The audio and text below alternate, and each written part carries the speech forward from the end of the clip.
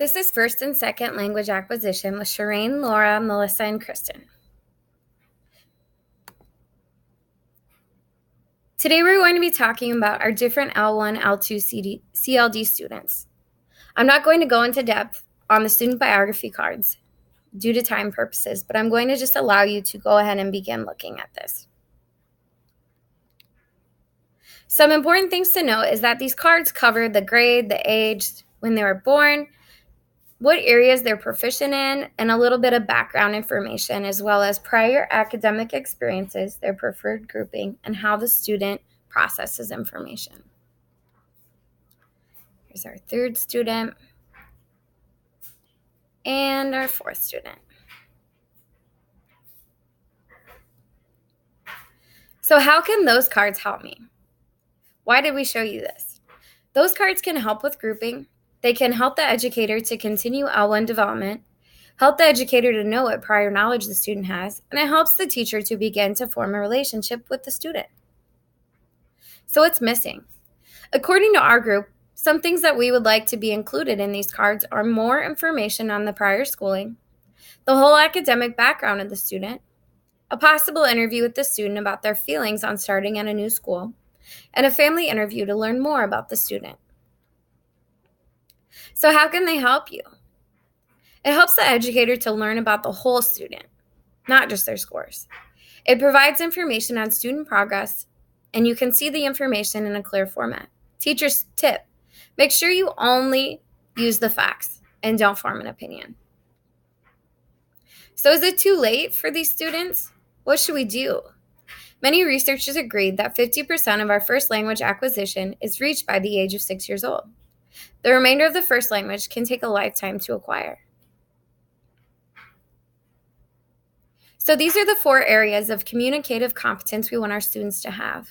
We want them to have a grammatical competence, making meaning of the different parts and words of origin, having a discourse competence, meaning being able to participate in conversation with peers and teachers, and a sociolinguistics competence, meaning they know how to behave in certain social contexts, and a strategic competence, meaning they're able to replace words or add them when they don't know how to use certain words.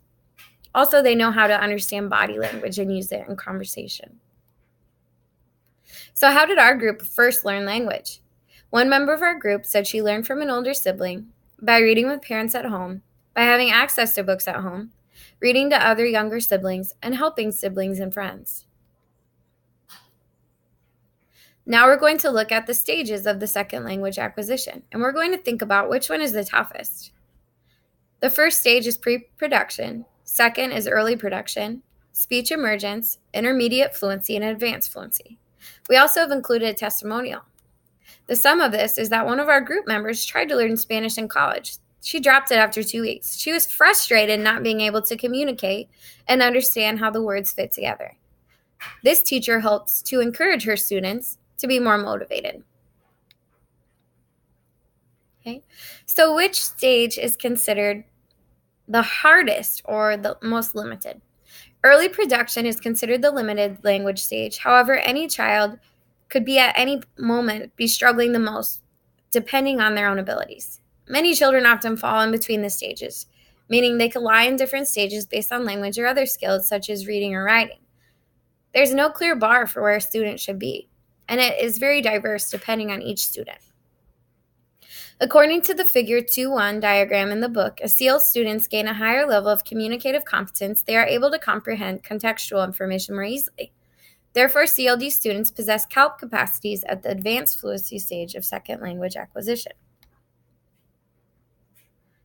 Then we come to the idea of semantics. Semantics are understanding that words carry a meaning.